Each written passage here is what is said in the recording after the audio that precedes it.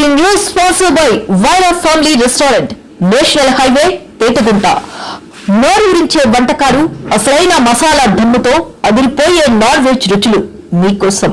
విచ్చేయండి Vaira family restaurant, national highway, Etugunta, Tuni మండలం, కాకినాడ జిల్లా. నమస్తే, వెల్కమ్ టు వై న్యూస్. నేను కళ్యాణి. వార్తల్లో ముందుగా హెడ్లైన్స్. గ్రామాలకు మౌలిక సదుపాయాల కల్పన. అసెంబ్లీలో తుని ఎమ్మెల్యే యనమల దివ్య.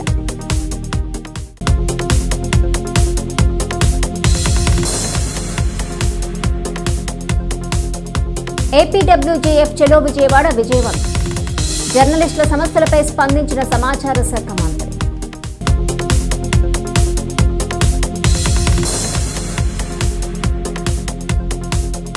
గండేపల్లి మండలంలో సబ్సిడీతో సోలార్ ప్యానెల్ కనెక్షన్ ప్రారంభించిన ఎమ్మెల్యే నెహ్రూ.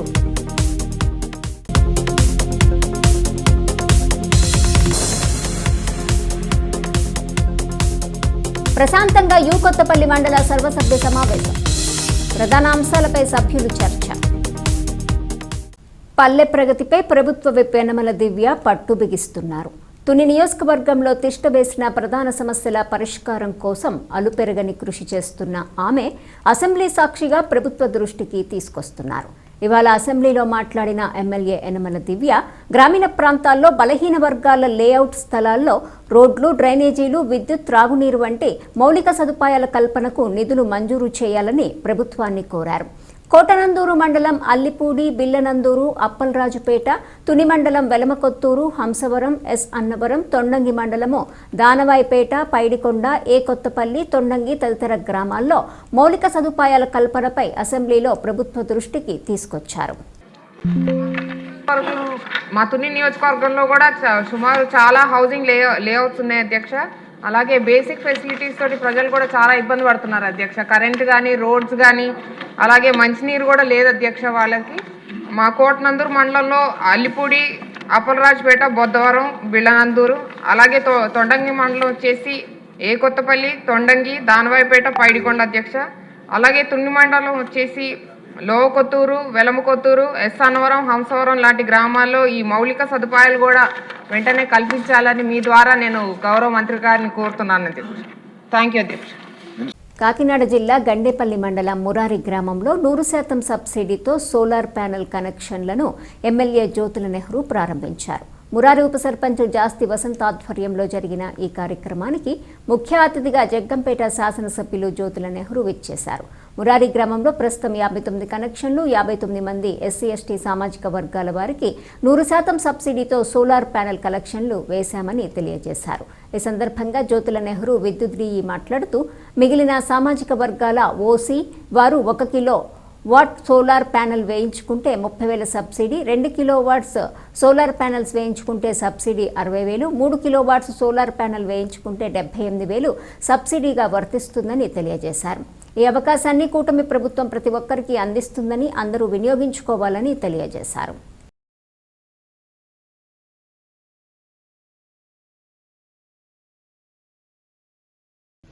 పరిణామం ఈ సందర్భంగా కార్యక్రమానికి వచ్చేసినటువంటి పెద్దలు, మన జగ్గంపేట డివిజన్ డిఈ ఎలక్ట్రికల్ కార్యక్రమం కేంద్ర రాష్ట్ర ప్రభుత్వాల యొక్క సమన్వయంతో మనం నిర్వహించుకుంటున్నటువంటి కార్యక్రమం. ఎందుకంటే ఇది వినియోగదారుడికి భారం తగ్గేటటువంటి పరిస్థితి. 1, 2 పొల్యూషన్ కంట్రోల్. మనకు కనపడినటువంటి పొల్యూషన్ విద్యుత్ ద్వారా వచ్చేటటువంటి పరిస్థితి ఉంది. మనం విద్యుత్ అనే దాన్ని ఇప్పటి వరకు మనం చూసుకున్నట్టయితే 3 రకాలుగా విద్యుత్తును తయారు చేసుకుంటున్నాం. 1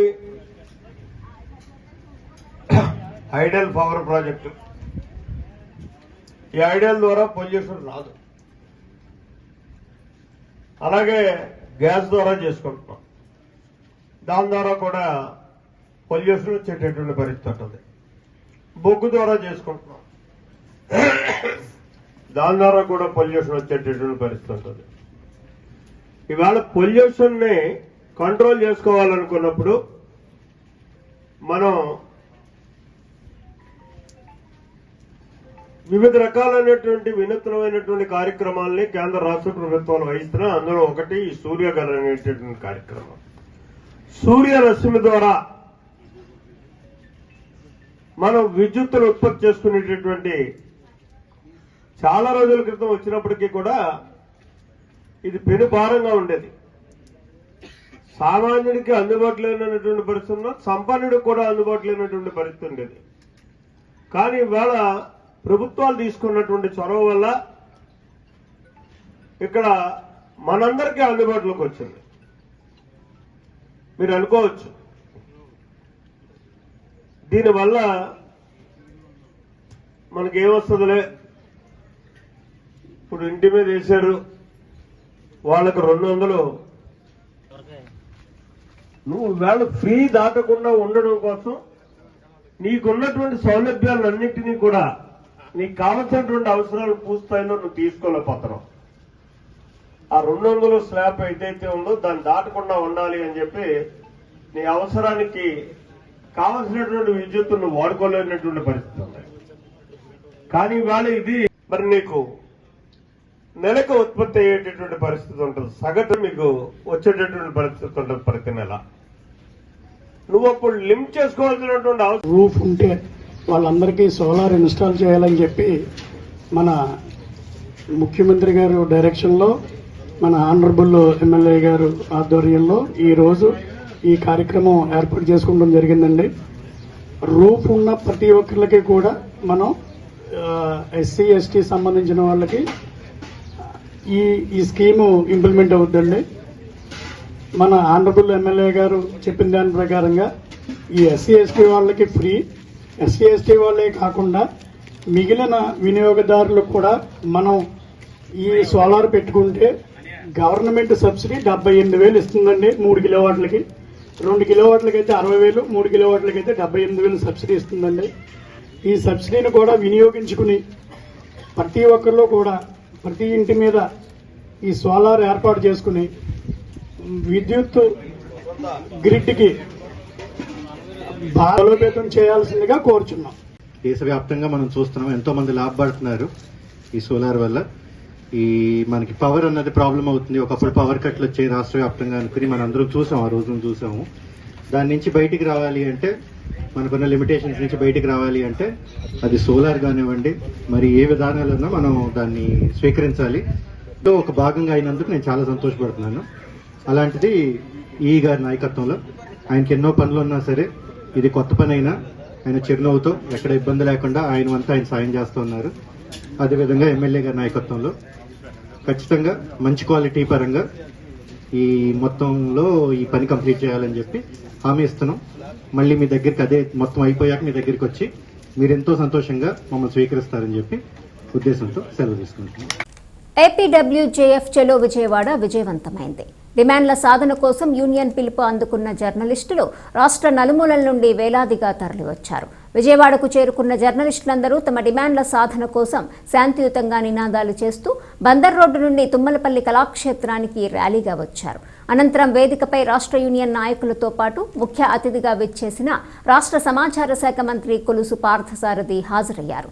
ఈ సందర్భంగా మంత్రి దృష్టికి యూనియన్ నాయకులు ఆంజనేయులు జర్నలిస్టులకు ఇళ్ల స్థలాలు, మీడియా కమిషన్ ఏర్పాటు, జర్నలిస్టులకు పెన్షన్ అమలు, మీడియా అకాడమీకి గవర్నమెంట్ కౌన్సిల్ ఏర్పాటు, వృద్ధాశ్రమాలు ఏర్పాటు వంటి సమస్యలతో కూడిన వినతిపత్రాన్ని మంత్రి పార్థసారథికి అందజేశారు. దీనిపై మంత్రి స్పందించి జర్నలిస్టుల సమస్యలను రాష్ట్ర ప్రభుత్వం తప్పకుండా పరిష్కారం చేస్తుందని హామీ ఇచ్చారు. ముందుగా సభావేదికపై జర్నలిస్టులు ఎదుర్కొంటున్న సమస్యలను వివిధ సాంస్కృతిక కార్యక్రమాలు అలరించాయి. పెద్ద సమస్య అనలేం కానీ చాలా పెద్ద డిమాండ్,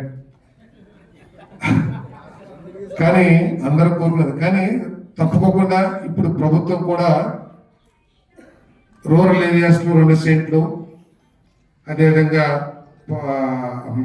అర్బన్ ఏరియాలో 2 సెంట్లు, రూరల్ ఏరియాస్లో 3 సెంట్లు ఇవ్వాలని చాలా పట్టుదలతో ఈ ప్రభుత్వం ఉంది. సో దాంట్లో మనల్ని ఎంతో చేర్చకూడదు అనేది ఆలోచించాల్సిన అవసరం ఉంది. మరి మీరు ఏమైనా ప్రత్యేకంగా కోరుకుంటున్నారా? ప్రత్యేకమైన కాల్స్ సరే అమరావతి వరకు లేదా అర్బన్ ఏరియాస్లో ఏదైతే ఉంటుందో దాన్ని కూడా సపరేట్గా చూద్దాం. కానీ అర్బన్ ఏరియాస్లో కూడా ప్రభుత్వం హౌసింగ్ స్కీమ్ చేస్తుంది కాబట్టి దాంట్లో మిమ్మల్ని ఇంక్లూడ్ చేస్తారనుకున్న సమస్య ఏమిటో మరి ఆలోచించాలి. తప్పకుండా మీలో ఒక 10 మందితో కూర్చుని మా హౌసింగ్ డిపార్ట్మెంట్ అధికారులతో కూడా మాట్లాడి ప్రభుత్వం ఏదైతే ఆలోచన చేస్తుందో అందరికీ హౌస్ సైట్స్ అండ్ హౌసెస్ అని ఏదైతే ఆలోచిస్తుందో దాంట్లో మిమ్మల్ని ఏ విధంగా చేయొచ్చు దానికి అభ్యంతరం ఉంటుందా అంజలి గారు? ఉండదు కదా, ఉండదు. కాబట్టి తప్పకుండా ముఖ్యమంత్రి గారితో నేను మాట్లాడైనా సరే లోకేష్ గారితో చర్చించి మా స్కీమ్స్ హౌసింగ్ స్కీమ్ ఏదైతే ఉందో 3 సెంట్లు 2 సెంట్లు దాంట్లో మిమ్మల్ని తప్పకుండా మీకు కూడా లబ్ధి చేకూరే విధంగా నేను ప్రయత్నం చేస్తానని చెప్పేసి నేను ఈ సందర్భంగా తెలియజేస్తాను. ఇప్పటివరకు ఏదైతే జీవోలు ఇచ్చారో ఇంతకుముందు మరి ఇక్కడ నున్న దగ్గర విజయవాడ కృష్ణా జిల్లా అసోసియేషన్కి అదేవిధంగా మీకు ఏదైతే ఇచ్చారో ఆ జీవోని ఇప్పటికీ నేను రెవెన్యూ డిపార్ట్మెంట్కి రెవెన్యూ మినిస్టర్ గారికి పంపించడం కూడా జరిగింది. ఇంతకుముందు జీవోలు ఇచ్చాము, దీని మీద రెవెన్యూ డిపార్ట్మెంట్ అభిప్రాయం ఏంటో తెలియజేస్తుందిగా నేను ఇప్పటికే వారికి లెటర్ కూడా రాయటం జరిగింది. వారి అభిప్రాయం కూడా తెలుసుకుని తప్పకుండా ప్రభుత్వ ఆలోచన ఏదైతే ఉందో అందరికీ ఇళ్ల స్థలాలు అనేది దాంట్లో ప్రత్యేకమైన దృష్టి జర్నలిస్టుల కోసం నేను పెట్టి, ఎందుకంటే ఐఎన్పిఆర్ మినిస్టర్ హౌసింగ్ మినిస్టర్ 2 శాఖలు నా దగ్గర ఉన్నాయి కాబట్టి మీకు ప్రత్యేకంగా హౌసింగ్ జర్నలిస్టుల హౌస్ సమస్యలు తీర్చడానికి తప్పకుండా నేను ప్రయత్నం చేస్తానని చెప్పేసి మనం చేస్తాను.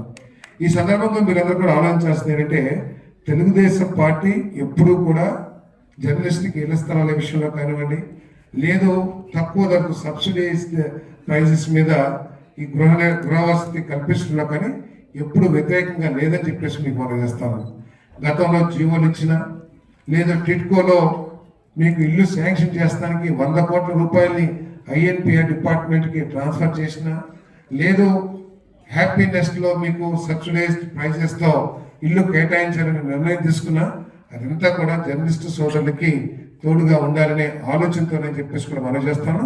అదే ఆలోచనని మరి ఇప్పుడు కూడా కొనసాగిస్తూ మీకు ఏ విధంగా ఈ సమస్య తీర్చాలో నేను తప్పకుండా కృషి చేస్తానని చెప్పేసి మనం చేస్తాను. దీని మీద ఇప్పటికే నేను ముఖ్యమంత్రి గారితోనూ మరి పెద్దలతో కూడా చర్చించడం జరిగింది.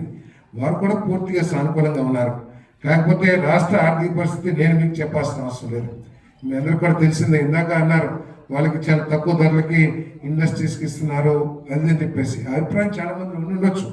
కానీ అది ఒక పాలసీ ప్రకారం ఈ రాష్ట్ర ఆదాయాన్ని ఏ విధంగా పెంచాలనే ఆలోచనలో భాగంగా, అంతేకాకుండా ఏదైతే ప్రైమ్ మా ముఖ్యమంత్రి గారి ఆలోచన ఉందో 20 లక్షల ఉద్యోగాలు కల్పించాలని లక్ష్యంతో ఏ విధంగా అయితే పనిచేస్తున్నారో అదేవిధంగా రాష్ట్రాన్ని ఇండస్ట్రీస్లో కానీ లేకపోతే సంస్థలలో రాజమండ్రిలో కల్తీ పాల వ్యవహారాన్ని పాల వ్యాపారులందరికీ ఆపాదించడం సరికాదని రాజమండ్రి పాలు పెరుగు వర్తక సంఘం పేర్కొంది.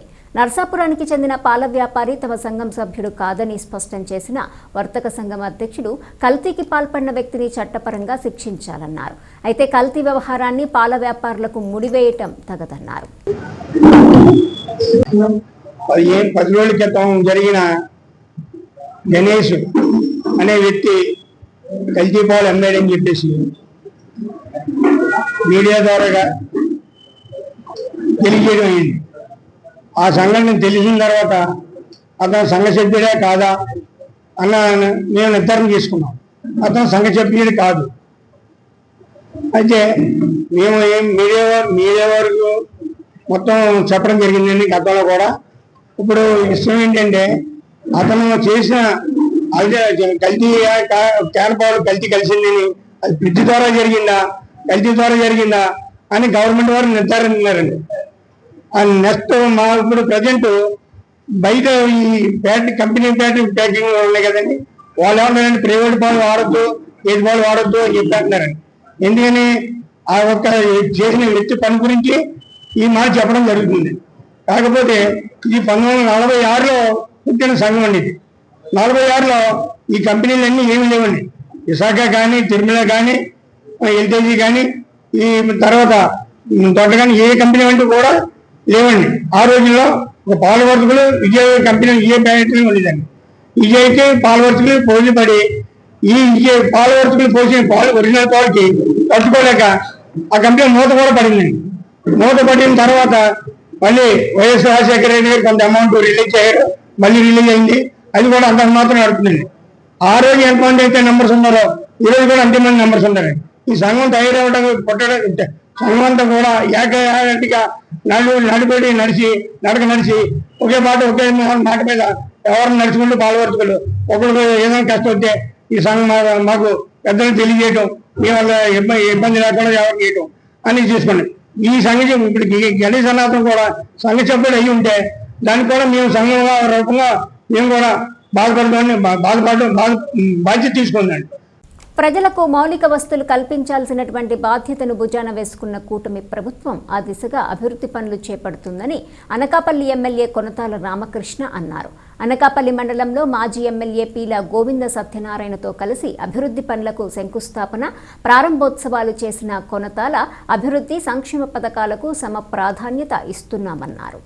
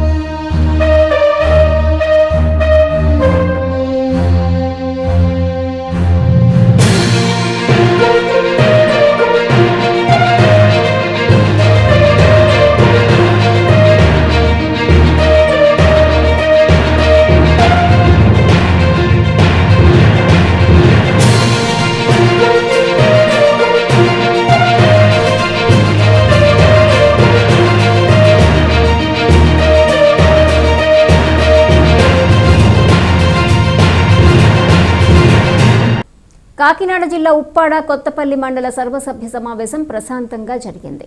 వైస్ ఎంపీపీ నాని అధ్యక్షతన జరిగిన ఈ సమావేశానికి జెడ్పీటీసీ తులసి కుమార్, ఎంపీడీఓ లక్ష్మీరెడ్డి హాజరయ్యారు. మండలంలో ఇప్పటివరకు అమలైన ఎన్ఆర్ఈజీఎస్ పనులపై ప్రత్యేకంగా సమీక్ష నిర్వహించారు. చేపట్టిన పనుల ప్రగతి, ఖర్చైన నిధులు, కార్మికులకు చెల్లింపులు, పనుల నాణ్యత వంటి విషయాలపై సంబంధిత అధికారుల నుంచి వివరణ కోరారు. అలాగే పెండింగ్లో ఉన్న పనులను త్వరితగతిన పూర్తి చేయాలని, నిధుల వినియోగంలో పారదర్శకత పాటించాలని సూచించారు. గ్రామాల వారీగా పనుల వివరాలు సమర్పించాలని అధికారులను ఆదేశించారు. సమావేశంలో మండల స్థాయి అధికారులు, ఎంపీటీసీ సభ్యులు, సర్పంచ్లు మరియు సంబంధిత విభాగాల అధికారులు పాల్గొన్నారు.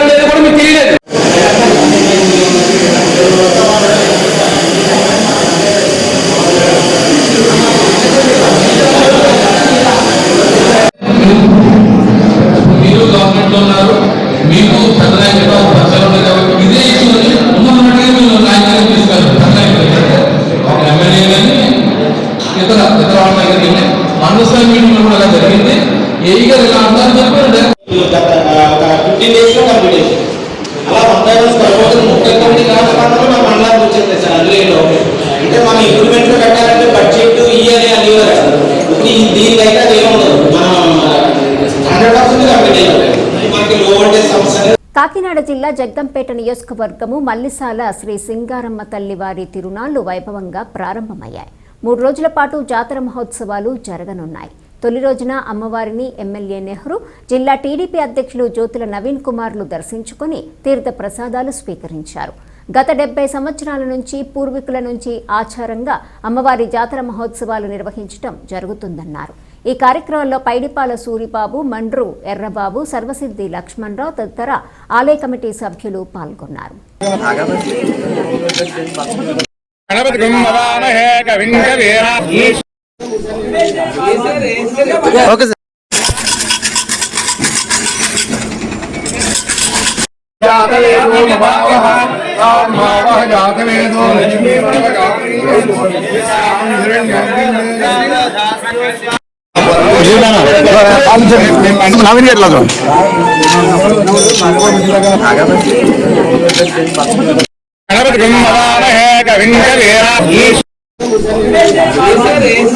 Okay sir. అనకాపల్లి జిల్లా సబ్బవరం మండలం గోటివాడలో ఆంజనేయ స్వామి ఆలయ వార్షికోత్సవం సందర్భంగా ఆలయ ధర్మకర్త ఒడిశెల రమేష్ ఆధ్వర్యంలో తీర్థ మహోత్సవం ఘనంగా జరిగింది. ఈ సందర్భంగా ఆలయంలో స్వామివారికి ఒడిశెల రమేష్ దంపతులు కుటుంబ సభ్యులు హోమం నిర్వహించి ప్రత్యేక పూజలు చేశారు. భక్తులకు తీర్థ ప్రసాదాలు అందజేశారు. అనంతరం అన్న సమారాధన కార్యక్రమం నిర్వహించారు. అనంతరం ఆలయ ధర్మకర్త రమేష్ మాట్లాడుతూ పూర్వం రోడ్డు పక్కా చిన్న విగ్రహం ఏర్పాటు చేశారని అదే స్థలంలో ఆలయ నిర్మాణం చేయటం జరిగిందన్నారు. ప్రతి ఏటా మార్చి 3న ఆలయ వార్షికోత్సవం సందర్భంగా తీర్థ మహోత్సవం జరుగుతుందన్నారు. ఈ సందర్భంగా కోలాటం పోటీలు, సాంస్కృతిక కార్యక్రమాలు నిర్వహించడం జరుగుతుందన్నారు. నమస్కారం అండి. ఈరోజు అభయాంజనేయ తీర్థ మహోత్సవం సందర్భంగా ప్రజలకి ఆశీస్సులతో, మా కుటుంబ ఆశీస్సులతో, నా ఫ్రెండ్స్ సేవ ఆశీస్సులతో, సపోర్ట్తో ప్రతి సంవత్సరం దిగ్విజయంగా చేయబడుతుంది. ఇప్పుడు అన్నసంతకాలం జరుగుతుంది. సాయంత్రం పాటలు పడుతుంది. నైట్ టైంకి డ్యాన్స్ వేయడం ప్రోగ్రామ్స్ ఉన్నాయి. అన్ని అందరు దేవుడి సహకారంతో సక్రమంగా జంక్షన్లో గుడి కడితే బాగున్న ఆలోచన ఉండేది. అప్పుడు స్టార్టింగ్లో నేను నా ఫ్రెండ్స్ సహాయంతో ఓన్లీ స్టాచ్యూ మీద పెట్టాం. దిమ్మ గుడి కట్టాం. ఆ గుడి కట్టిన 1 yearలో దిమ్మ పెట్టిన 1 yearలో దేవుడికి గుడి అయిపోయింది. నా ఊళ్ళో బిల్డింగ్ కూడా కట్టుకున్నాను. దేవుడి ఆశీస్సు వల్ల నేను బాగా ఉన్నాను. ఆయన ఆశీస్సులు అంటాను. అలా నా ఫ్రెండ్స్ సేవ కుటుంబ సభ్యులు ఆశీస్సులు వాళ్ళందరూ సపోర్ట్తో నేను ముందుకు వెళ్తున్నాను. ప్రతి ఏడాది చేద్దాం. ప్రతి ఏడాది ఈ డేట్ అయితే మారదు. మార్చి 3 మధ్యాహ్నం అనుసంధానం ఉంటుంది. నైట్ అలాగా కార్యక్రమం సాంకేతిక ఉంటుంది. వార్తలు ముగించే ముందు హెడ్లైన్స్ మరోసారి. గ్రామాలకు మౌలిక సదుపాయాల కల్పన. అసెంబ్లీలో తుని ఎమ్మెల్యే యనమల దివ్య.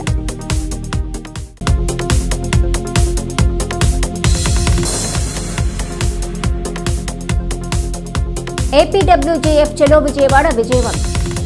జర్నలిస్టుల సమస్యలపై స్పందించిన సమాచార శాఖ మంత్రి.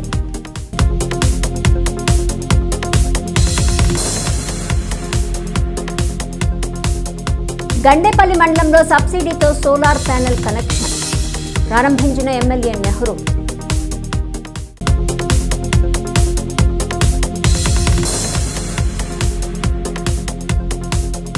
ప్రశాంతంగా కొత్తపల్లి మండల సర్వసభ్య సమావేశం. ప్రధాన అంశాలపై సభ్యులు చర్చ. ఈ వార్తలు ఇంతటితో సమాప్తం. తిరిగి ప్రసారమయ్యే వై న్యూస్లో మళ్ళీ కలుసుకుందాం. అంతవరకు సెలవు. నమస్కారం.